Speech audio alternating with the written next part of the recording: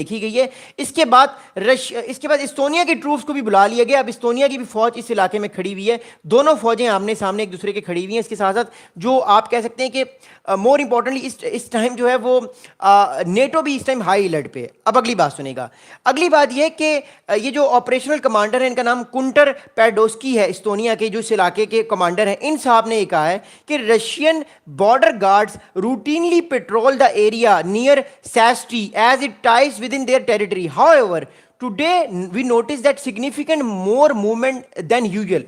तो इन साहब ने एक बात की है कि जो रशिया के मिलिट्री सोल्जर्स हैं, रशिया के मिलिट्री ऑफिशियल्स हैं या सिक्योरिटी फोर्सेस के लोग हैं, वो इस बॉर्डर पर ट्रैवल करते हैं। ऐसी बात नहीं है कि ये कोई अनयूजुअल चीज़ है। लेकिन आज जो है यानी 9 अक्टूबर को ये एक्टिविटी ज़्यादा देखी गई है। मतलब फौज की तादाद इंक्रीज थी और इस वजह से इस्तोनिया डर गया, क्योंकि इस्तोनिया याद रखिएगा एक बहुत छोटा मुल्क है। 2007 में भी इस्तोनिया पर रशिया ने एक बहुत बड़ा साइबर अटैक किया था, वो मैं आपको किसी और दिन कहानी सुनाऊंगा। बट रशिया ने 2007-8 के दौरान भी इस्तोनिया पर एक बहुत बड़ा साइबर अटैक भी किया था और अगले साल जॉर्जिया पर उसने जंग छेड़ दी थी।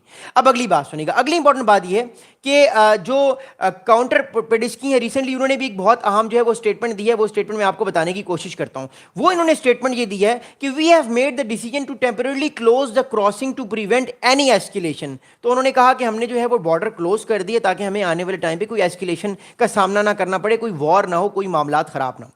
अब मोर इंपॉर्टेंटली इस टाइम जो है वो हमें रशियन अथॉरिटीज की तरफ से क्या मैसेज मिल रहा है, रशिया इस बारे में क्या कह रहा है, वो मैं आपको बताऊंगा।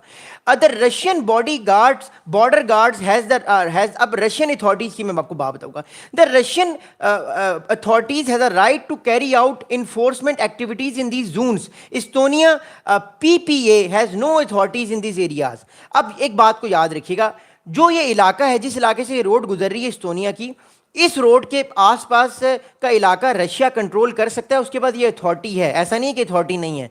बट क्योंकि एक मुआहिदा तय हुआ हुआ है कि रशिया अपनी फौज को इस रोड के करीब नहीं लेकर आएगा, बेशक ये इलाका उसका है, और जवाबन इस्तोनिया भी अपनी फौज इस इलाके से बहुत पीछे रखेगा, मतलब अपने बॉर्डर से भी वो बहुत पीछे रखेगा फौज। तो एक ये मुआहिदा किया गया है। बट अब पता है आपको कि यूक्रेन रशिया वॉर हो रही है और अब रशिया भी अपने मसल्स को दोबारा से फ्लैक्स कर रहा है और वो आने वाले टाइम पे जो ऊपर के कंट्रीज हैं, ऊपर के कंट्रीज पर आने वाले टाइम पर उन पे प्रेशर डालेगा। मैं आपको एक मैप दिखाना चाहता हूं और एक मैं आपको चीज समझाना चाहता हूं कि आने वाले दिनों में होने वाला क्या है। अब इस मैप को दोबारा आप देखिएगा और अंडरस्टैंड कीजिएगा। देयर वी गो, या अब इस मैप को जरा देखिएगा कि आने वाले दिनों में रशिया किन कंट्रीज पर प्रेशर डाल सकता है। मैं वेलकम करता हूं हाजी साहब आपको, थैंक यू। अब ये रशिया है, ओके।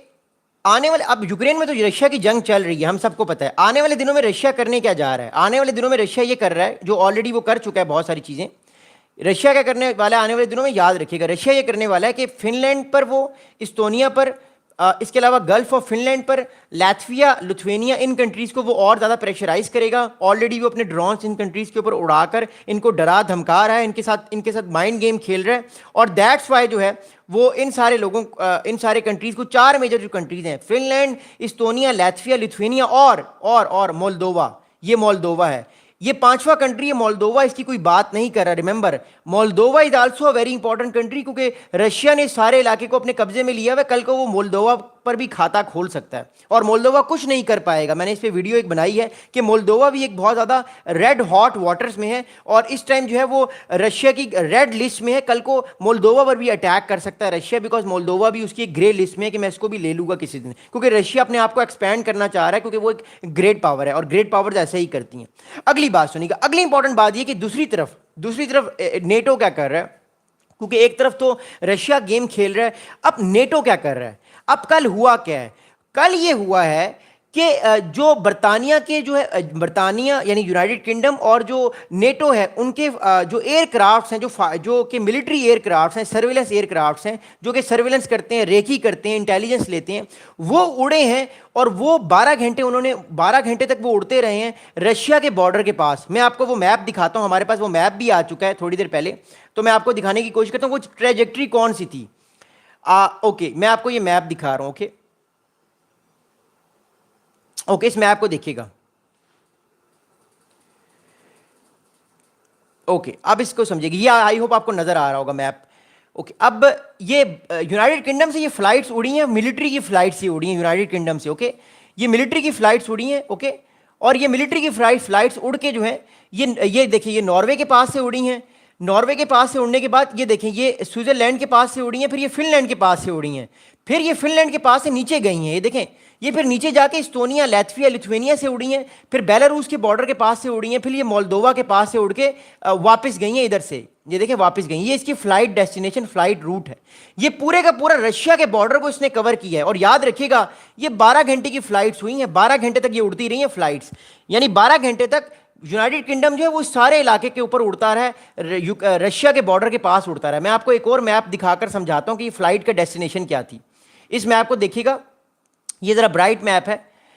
फ्लाइट की डेस्टिनेशन ये थी, देखिएगा, फ्लाइट जो भी फ्लाइट्स उड़ी हैं नेटो की और यूनाइटेड किंगडम की फ्लाइट्स उड़ी हैं, वो उड़ी हैं यहां से, इस पूरे इलाके से उड़ी हैं, फिनलैंड के पास से उड़ी हैं, गल्फ ऑफ फिनलैंड से उड़ के इस्टोनिया, लैटविया, लिथुआनिया, बेलारूस के बॉर्डर से उड़ के फिनलैंड की तरफ गई हैं, फिर नीचे स्लोवानिया, और फिर आगे रोमानिया, और नीचे से जो मोल्दोवा के पास से उड़ के जो है ये फिर फ्लाइट्स वापस गई हैं। तो ये इनकी ट्रैजेक्टरी हुई है। इस पूरे इलाके में ये फ्लाइट्स उड़ी हैं और ये 12 घंटे तक फ्लाइट्स उड़ी हैं, 12 घंटे तक। इसका मतलब है कि इस टाइम नेटो जो है वो हाई अलर्ट में है। 12 घंटे फ्लाइट्स मुसलसल उड़ने का मतलब ये है कि इनके साथ टैंकर भी चल रहे होंगे, जो टैंकर होते हैं जो कि साथ साथ पेट्रोल भी भरते हैं, टैंकर्स भी चल रहे थे इन फ्लाइट्स के साथ। और ये बॉर्डर पे चलने का मकसद ये कि ये देखा जाए कि रशिया की क्या एक्टिविटी हो रही है, रशिया असल में एक्टिविटी क्या कर रहा है, क्या रशिया अपने मिलिट्री बिल्डअप को इंक्रीज कर रहा है, क्या वो इस्टोनिया, लैटविया, लिथुआनिया या मोल्दोवा या रोमानिया पे अटैक करने वाला है आने वाले दिनों में। क्योंकि हमारे पास ये कुछ खबरें आ रही हैं कि जो प्यूटिन है इस टाइम वो बड़े एग्रेसिव है, वो बड़े गर्म हुए हुए हैं,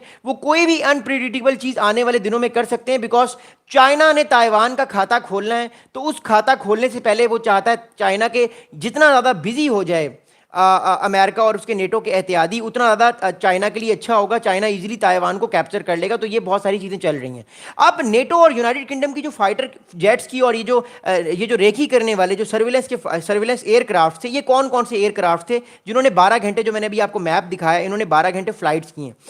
2 British military aircrafts carried out a 12 hours patrolling flight near the Russian border in a mission supported by US Air Force, the Royal Air Force reported। अब अमेरिका के कुछ फाइटर जेट्स थे और यूनाइटेड किंगडम यानी बरतानिया के कुछ recce करने वाले सर्विलेंस एयरक्राफ्ट से जो उड़े हैं, उन्होंने गालिबन तस्वीरें भी ली होंगी। उन्होंने ये भी देखने की कोशिश की होगी कि इस टाइम जो है वो नेटो जो है उसका क्या पोस्चर है और नेटो आने वाले टाइम पे क्या कर सकता है, और ख़ास तौर पे रशिया की मिलिट्री जो है वो फोर्सेस इस टाइम कहाँ कहाँ पर बैठी हुई हैं।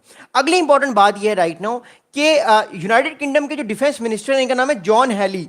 जॉन हैली साहब जो हैं, इन्होंने रिसेंटली एक स्टेटमेंट दिया है, यूनाइटेड किंगडम के डिफेंस मिनिस्टर हैं जॉन हैली। इन्होंने ये कहा है कि this was a substantial joint mission with our US and NATO allies, यानी उन्होंने कहा कि ये बहुत अहम मिशन है हमारा यूनाइटेड किंगडम का और अमेरिका के जो नेटो के एलाइज हैं उनका। आगे इन्होंने बात की है कि not only does this provide valuable intelligence to boost the operational awareness of our arm forces but sends a powerful message of NATO unity to Russian president Vladimir Putin. तो उन्होंने बात की कि हमारे दुश्मनों को और खासतौर पे व्लादिमीर पुतिन साहब को ये मैसेज हम सब ने मिलकर दिया है, नेटो के सब कंट्रीज ने, कि अगर हम पे हमला हुआ, अगर हम पे अटैक हुआ तो हम लड़ेंगे भी साथ और मरेंगे भी साथ। अगली बात सुनेगा। अगली इंपॉर्टेंट बात ये कि मैं इस सारे मामले की आपको इंप्लीकेशंस बताना चाहता हूं कि अब आने वाले दिनों में यहां पे होने वाला क्या है, और फिर हम अपनी अगली बात को कंटिन्यू करेंगे। लेकिन बात कंटिन्यू करने से पहले आप लोगों से एक रिक्वेस्ट करता हूं कि हमने अपना खोल लिया है अली उस्मानी के नाम से ऑनलाइन शॉपिंग स्टोर। विंटर की बहुत सारी चीज़ें उसमें मौजूद है, नीचे डिस्क्रिप्शन में लिंक दिया गया शॉपिंग का। तो अगर आप शॉप करना चाहें तो बहुत अच्छे रेट्स में आपको शॉपिंग के लिए मग्स भी मिलेंगे, हुडीज़ भी मिलेंगी आपको, और आपको बहुत सारे स्वेटर्स भी मिलेंगे, क्योंकि विंटर जो है वो आने वाला है। तो प्लीज़ आप शॉपिंग पे क्लिक कीजिएगा। अगली बात सुनेगा। अब इस सारे मामलात की मैं आपको इंप्लीकेशंस बताना चाहता हूँ। देखिए, important thing is that Russia का इस टाइम जो थ्रेट लेवल है वो हाई है, नेटो का इस टाइम थ्रेट लेवल हाई है। उसकी एक वजह मैं बताता हूं आपको। यूक्रेन रशिया वॉर जो ग्राउंड इन्वेजन है वो रुक चुकी है, प्रॉपर्ली तो नहीं रुकी बट 80% रुक चुकी है। उसकी वजह क्या है? उसकी वजह यह है कि यूक्रेन में इस टाइम जो है वो ठंड पड़ गई है और रशिया में ठंड पड़ गई क्योंकि अब सर्दी आ रही है। याद रखिएगा, सर्दी के दौरान फौजों का मूव करना, बर्फबारी जब हो रही होती है, फौजों का मूव करना मुश्किल होता है। अब रशिया ये चाह रहा है कि वो नेटो को कन्विंस करे कि जो 10% इलाका वो यूक्रेन का डिमांड और ज़्यादा करता है, वो 10% इलाका भी वो ले ले और यूक्रेन की फौज पीछे चले जाए, टोटल यूक्रेन का 35% इलाका रशिया को मिल जाए, ताकि आने वाले टाइम पे रशिया जो है वो अपनी और ज़्यादा बदमाशी रीजन में कर सके और अपनी बातों को मनवा सके। जबकि यूक्रेन ये कहता है कि देखिए जनाब, आपने मेरा जो इलाका ले लिया वो ले लिया, ठीक हो गया, हम आपको अपना और इलाका बगैर लड़े नहीं देंगे। और डोनाल्ड ट्रंप साहब भी इस टाइम यूक्रेन के साथ, उनके साथ शाना बशाना खड़े हुए हैं। जबकि दूसरी तरफ